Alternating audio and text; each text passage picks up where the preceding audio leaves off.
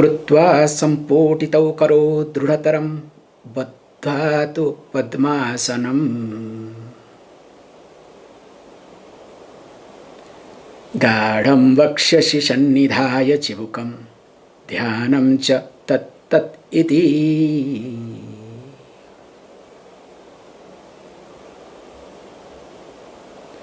बारंबार सपानवृद्धम् अनिलम्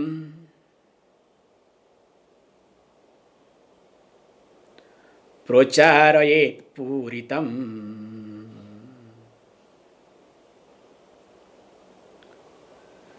सुञ्चस्प्राणमुपेति बोधमतुलम्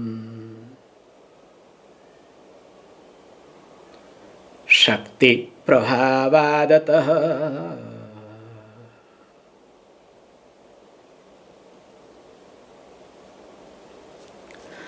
Very nicely to look at this verse as we gave yesterday background very carefully. That the person here, especially Gorakshanath, expects that a seeker, a person should have good background. That's why he does not talk in details as Gheranda Rishi talks in Gheranda Samhita. Because here Gorakshanath expects the seeker, the practitioner, must be knowing many things. To start with, like knows dhyana and not to ordinary dhyanam, tat iti. So that means what? The person is able to dwell upon Nirguna Brahma. If not Nirguna Brahma, at least Saguna Brahma. Actually, especially Natha Sampradaya, they really look at Nirguna Brahma very well.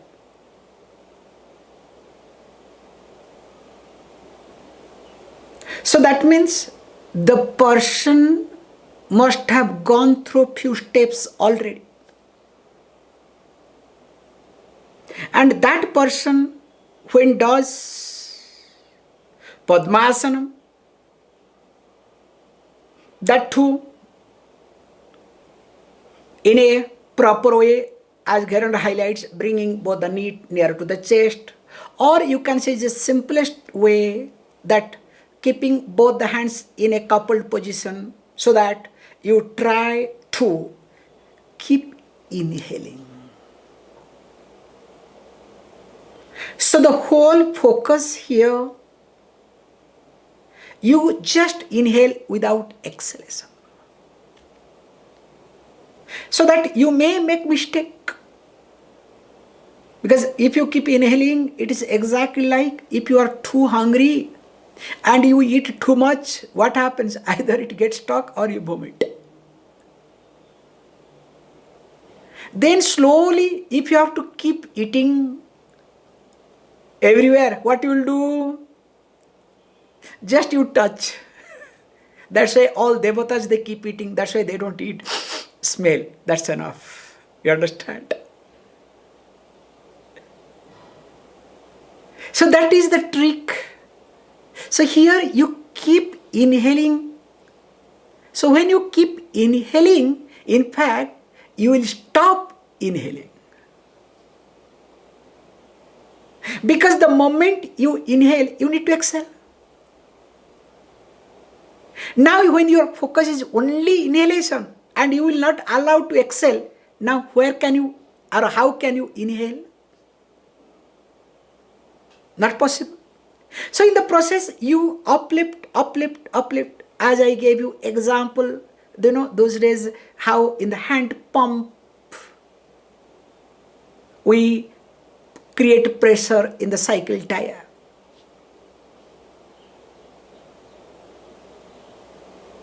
I'll give you also another beautiful example.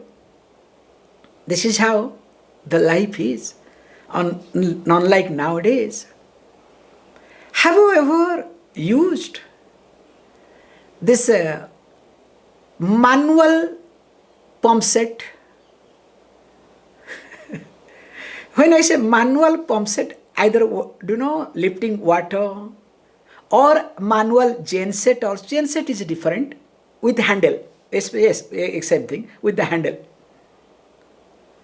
So what is to be done is put the handle, you have to put all the pressure. The moment it starts igniting, you have to take out the handle swiftly. And if you don't take out the handle swiftly, what will happen? That handle also will keep rotating, and any moment handle may come out, not may come out, will come out, and it may hit anybody, anything. So there is a very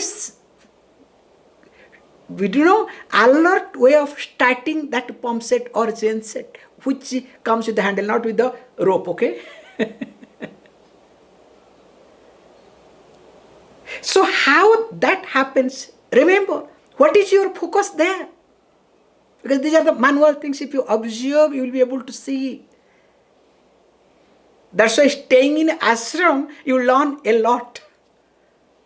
You may think it is physical, but it works in long run, your day-to-day life. That's why I say, whoever stays in ashram for some time will do better things in life.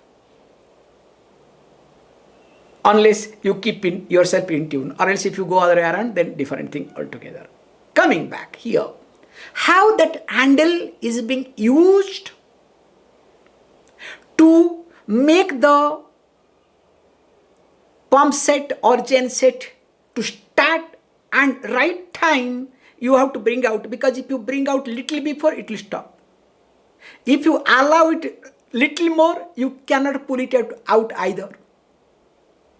It's a very tricky situation. So here you start breathing in such a way, you start inhaling in such a way, while keeping focus on inhalation. Now you will discover there will be no need of inhalation. And this is supposed to be seen. And of course, while doing this thing, he says, look, the person need to bring down the chin close to the chest. That gadham bakshashi sannidhaya chibukam dhyanam cha tat tat iti. Now when you bring down the chin to your heart, we say you don't allow the not only amrutam to fall down in your jaఠrāgni, digestive fire, also you lock the valve very easily.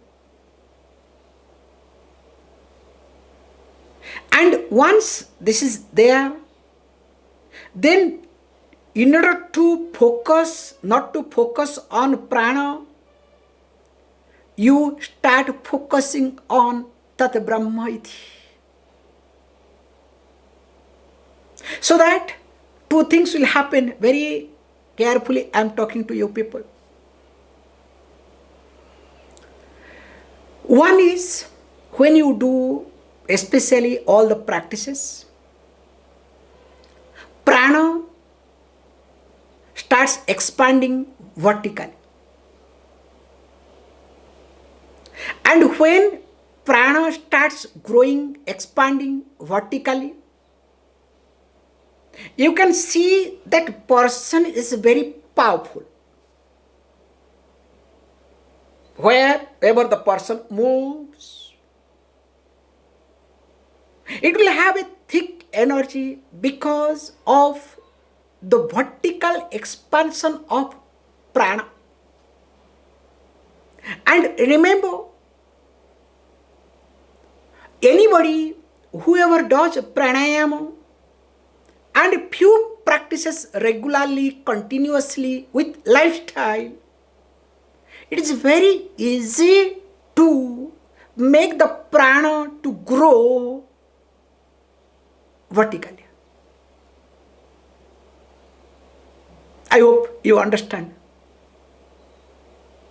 And once the prana is grown vertically, the person's looks becomes different. Of course, the person will feel that I am superior. The superiority complex will come. And the fellow anytime will feel challenged.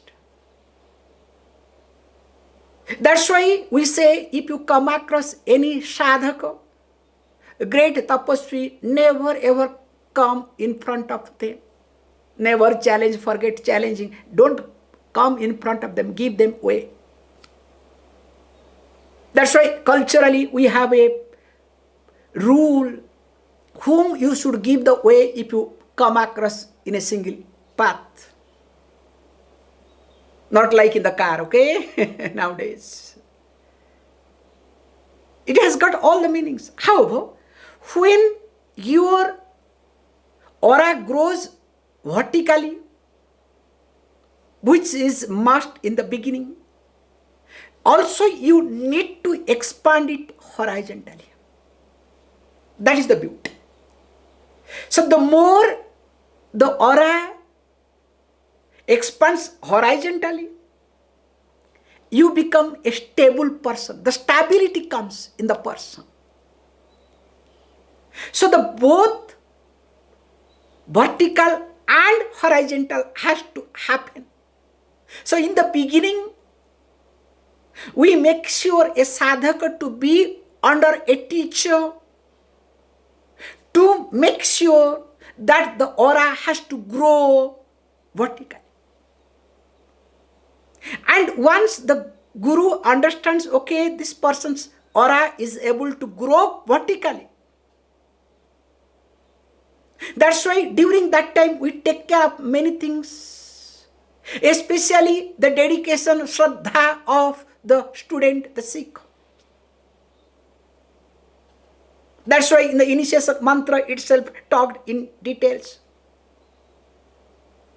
that mama chittam. So that means what? Is my chitta becomes your, my mind becomes your. However, let me not get into in details. Once this two thing happens, both vertical and horizontal, then only the sadhaka is a stable person.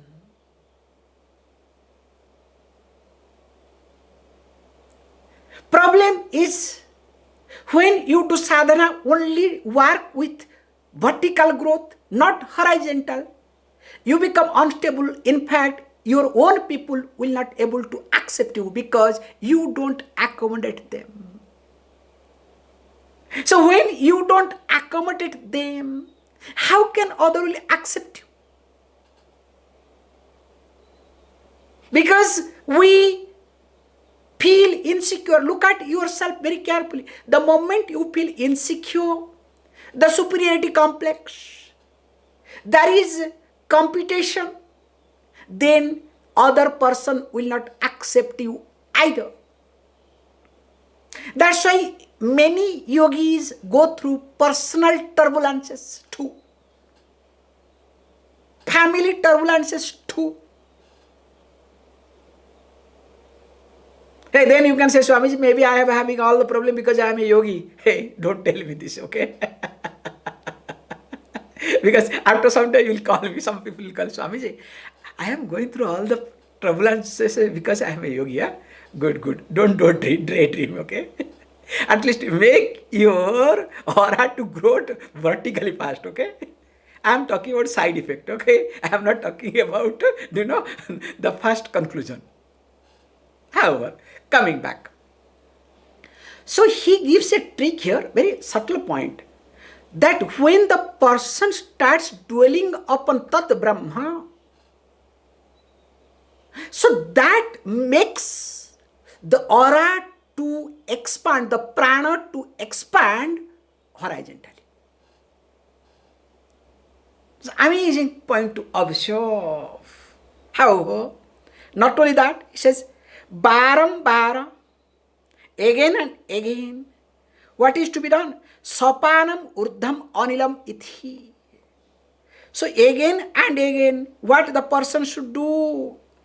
Now the person is supposed to start pulling the prana.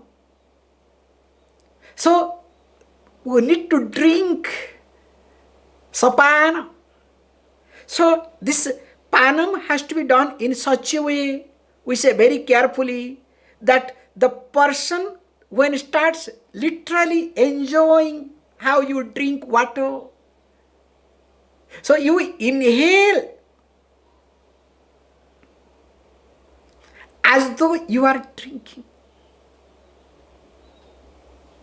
And very consciously, carefully, and making sure that your prana vayu is going up. That means what? You are working your vertical growth. That's why we say, how many of you have felt, including in the class, while being in the class, have you ever felt that you are like elevated, maybe as tall as maybe 100 meters, 200 meters or 500 meters? And sometimes the sound that you hear, you will feel as though you are in 12th floor, the sound comes on the ground, even though they are in the same level. You understand the concept? If that happens, that means that moment your prana has grown up vertically. These are the secret, okay, I am sharing today. And when your prana is grown vertically, it becomes easier to manage anybody and everybody you want in your life. Another secret. It's not a big thing at all.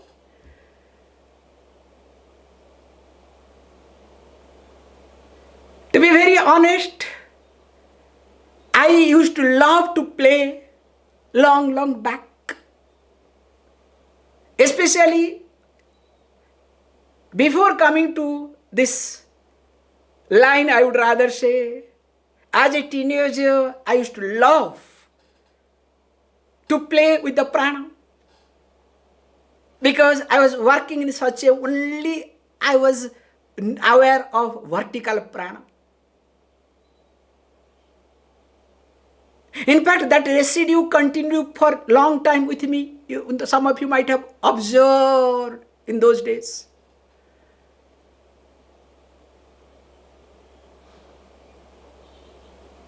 Because of the vertical prana. Now this is possible, not that it is not possible for by any of you. It is just some fine tune to be done, that's all.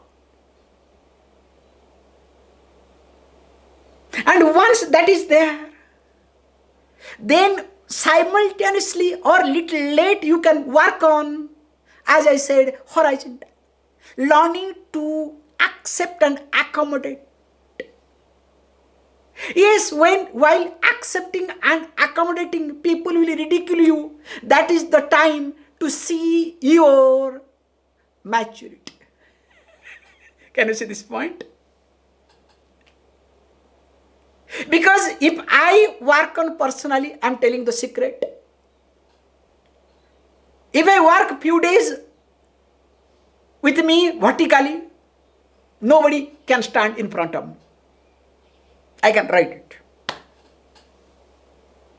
But that's not healthy for me. Not at all healthy. So I am supposed to work, in fact I am working on more horizontally. So where I get a chance to see myself, even if I am being ridiculed, am I responding or I I am accommodating. That is called maturity. That is called strength. Because knowing that each one of us has got our own prarabdha. Whatever prarabdha, only upavogena eva samyati. Only by going through it will get exhausted. There is no way of escaping. Yes, you can intelligently experience. That is the trick and technique. You must experience, but you must experience intelligently. And here he says, if this is the case, what is to be done? He says, one should do this thing. Procharayet puritam iti. So again, what is to be done? Now, once this is done very nicely, you need to direct that prana upwards. And once it is directed, then what happens? Suncha prana mupeiti bodham atulam sakti prabhavadatah. Afterwards, you need to suncha, so that whatever is inside the prana, you need to allow it to go away, gradually allow it to expel. But remember, while allowing to expel or exhale, you would need to hold on to the prana. So the physical air goes out, but the prana is held. It's a very nice trick. Generally, for a common person, prana means breathing or vayu. Okay? Vital energy is nothing called vayu, the air. Whereas for a seeker, prana is much more than vayu. In fact, the vayu, the air that a person breathes, is just the gross aspect of prana. And once you hold on to the prana, gross aspect has no value, has no impact.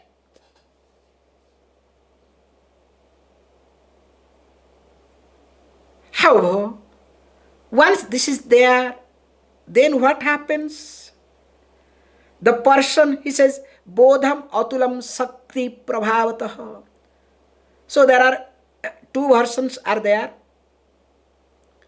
So somewhere it is bodham, somewhere it is agni atulam also is there. So bodham means atulam, unparalleled knowledge. And because of what? Sakti prabhavadatah, due to the influence of Kundalini Shakti. Or some places called agni, automatically the body becomes fire.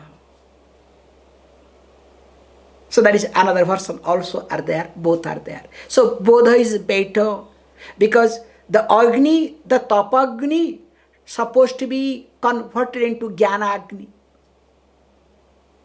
The fire that is born out of tapas is supposed to be converted into fire of knowledge. Then only the person will enjoy. Or else you will become a politician.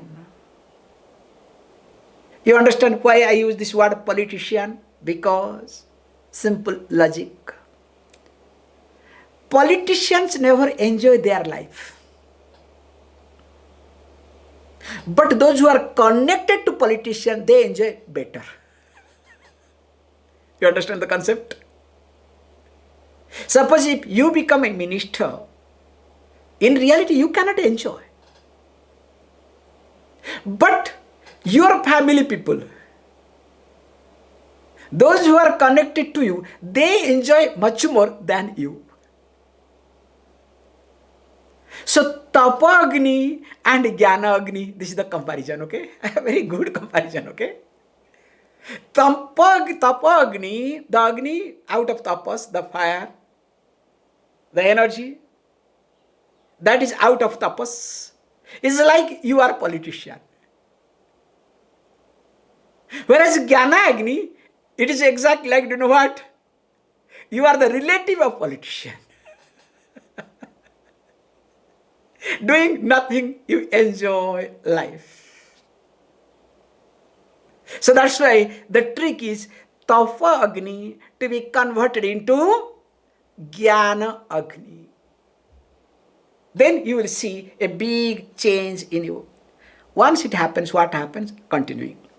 Anganam mardanam krutva śrama sanchata varina.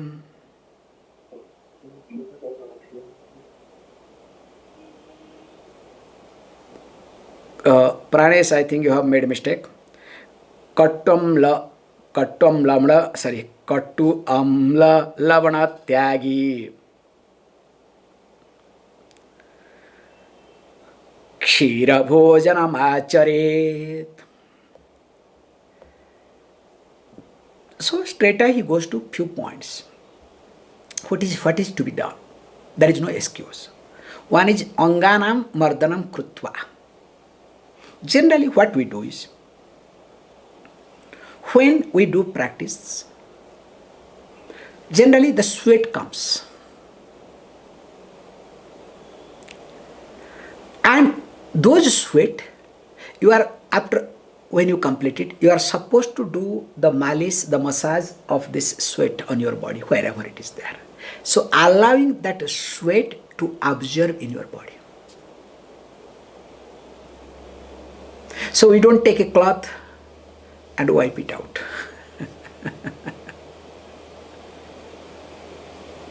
Because this sweat is born out of your practice.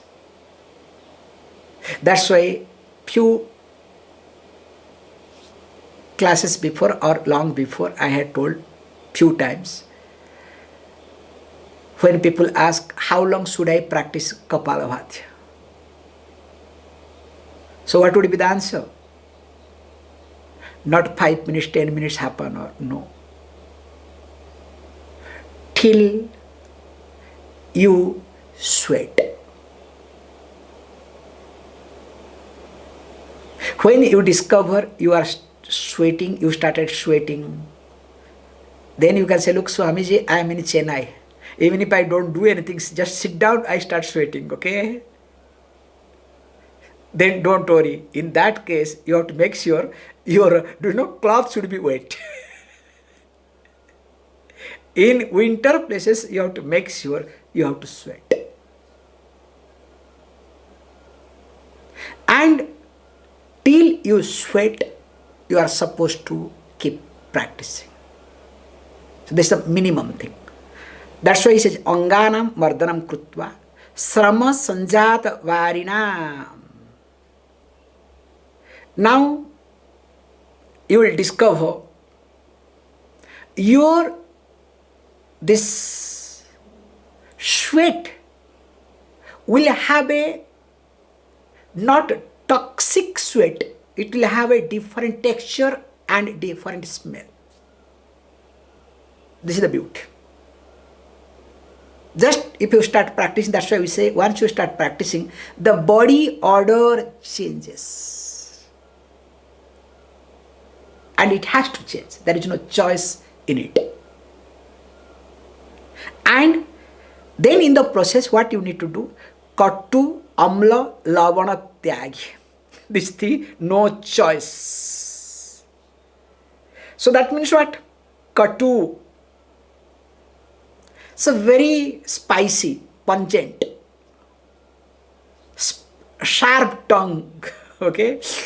I need all these things. Not allowed. Amla. Amla means a shower. okay? All tick-tack-tock, okay? All. No. No allowed, okay? No. Neither this is not allowed. Not allowed, okay? Also, salty. Lavana. Because once you take salt, remember one thing. Salt makes your prana to go down. In fact, salt makes apana stronger. So, it is better to avoid salt.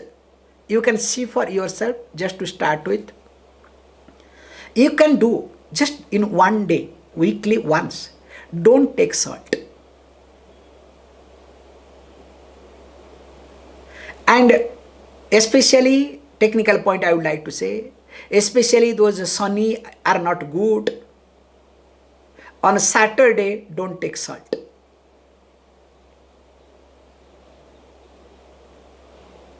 You will see the energy level on that day. Just by avoiding salt, because nowadays conscious people are avoiding sugar. But many people do not know how to avoid salt. Salt, sugar, they say, this white, especially 3 whites, correct, they say. One is maida, sugar, and salt. However, let me not get into that. So these 3 to be avoided. And what is to be done? Kshira bhojanam acharet. So that means anything food that is milk based. So it is better to have, rice and milk, for example. Just with the milk, with the rice, put hot milk, not necessarily boiled, not payasam, okay? That's another level, don't do that. During practice time, I have seen, which really becomes helpful for the body is, just have boiled rice, in that add milk, and eat that. And you will see the energy. And it takes care of, and make sure when you are having a milk, it is not diet free, okay? So make sure the milk must have ghee inside. Not extracted, ghee extracted, okay? Because as per the rule, when you are practicing, you have to make sure that the ghee must be there in your body, or else there will be a lot of dryness in your system. That will create a lot of complications. That's why we make sure in every food ghee. Suppose if you are allergic to ghee, at least add your preferable oil. Not refined oil, okay? Refined oil is poison. Never ever consume refined oil. If you ask me personally, refined oil is not supposed to be consumed at all. Better to go for cold press oil. Whatever. And nowadays, if cold press oil is not available, except in like Italy, for example, commonly available olive oil. But in India, we have gone few steps ahead. Everywhere, every city, now cold press oil is available. Small shops, and it not happens, you can have a small machine and make your oil, whether it's peanut or mustard or whatever you want, you can make it by yourself. So to make sure, then he says, look, brahmachārī mitāhārī. त्यागी योगपरायणः अब्दात् ऊर्ध्वं भवेत् सिद्धः नात्र कार्या विचारणा. He says, look, if you follow these certain things, it's just a matter of more than a year. Okay? Not within a year is wrong translation. We have put it. Abdat urdha. So that means what? Little more than a year, one bhavet siddha na atra karya vicharana. There is nothing to think. There is no second thought. One will have siddhi, success. Little more than 1 year. What is along with this thing? Brahmachārī. One who follows celibacy. Mitāhārī. Eats very carefully. Means that we say what? Take food as medicine.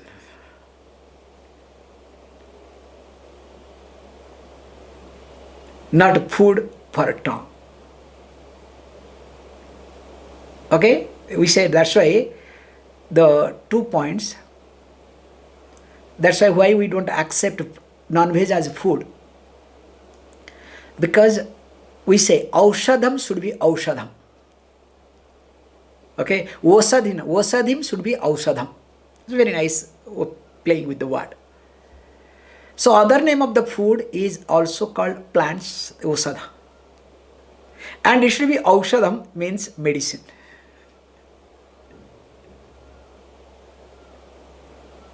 And interestingly, that is what called eat mitāhārī. And of course, the person has to be tyāgī. So tyāgī means if the person is engaged in acquiring everything. Let me acquire. Then what happened? You waste all your energy there, prana there. Because more I acquire, more I have to sustain. Maintenance. So all energy goes where? That's why many of you don't have energy because you want to please everybody. So I want to please my mother, I want to please my wife, my husband, my children, my everybody. Is it possible? You are confused, fellow. So what is to be done? Do that. So this happens because I want to acquire everything. This is the logic behind it.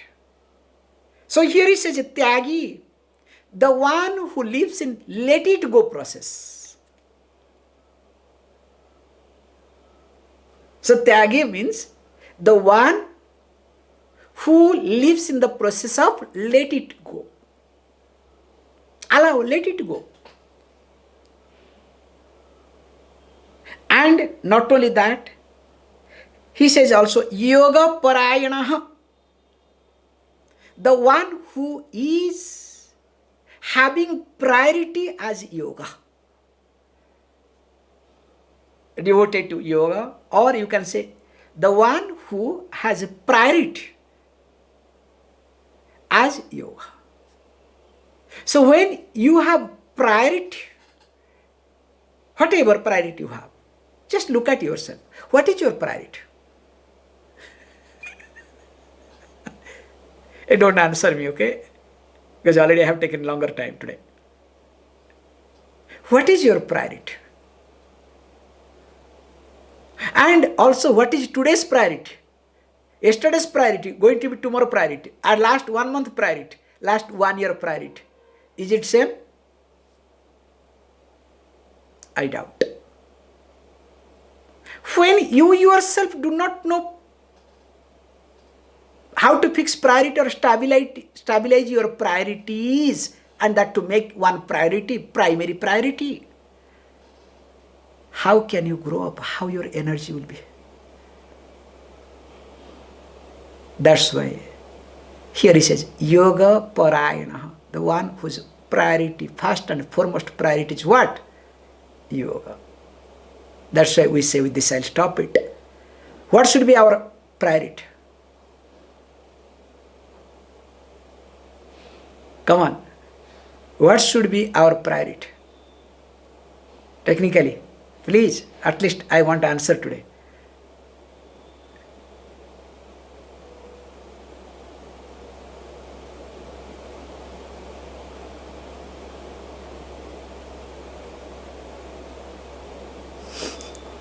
Nobody wants to answer. Moksha-parāyaṇaḥ. Moksha is supposed to be our priority. Not dharma, artha, kama. We have discussed in details in Padma Purana introduction classes. The basic thing. My first priority is to make myself free. Nothing else. And that is the priority. So in order to free myself, I can get bound. It is like, the bull or any animal goes to a tree and starts robbing. For what? A robbing is not a priority. But what is the priority? Making free from the itching. So there is itching sensation.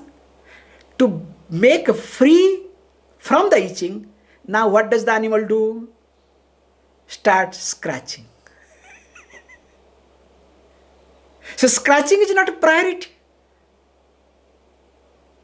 Through scratching, the animal wants to be free from scratching or itching. So dharma, artha, kama. These three becomes my priority, not priority. I engage, not priority. I engage in these three, not for these three, but to be what? Free from these three, so that I am having one priority, that is called moksha. But what happens? All the time, people are stuck with artha.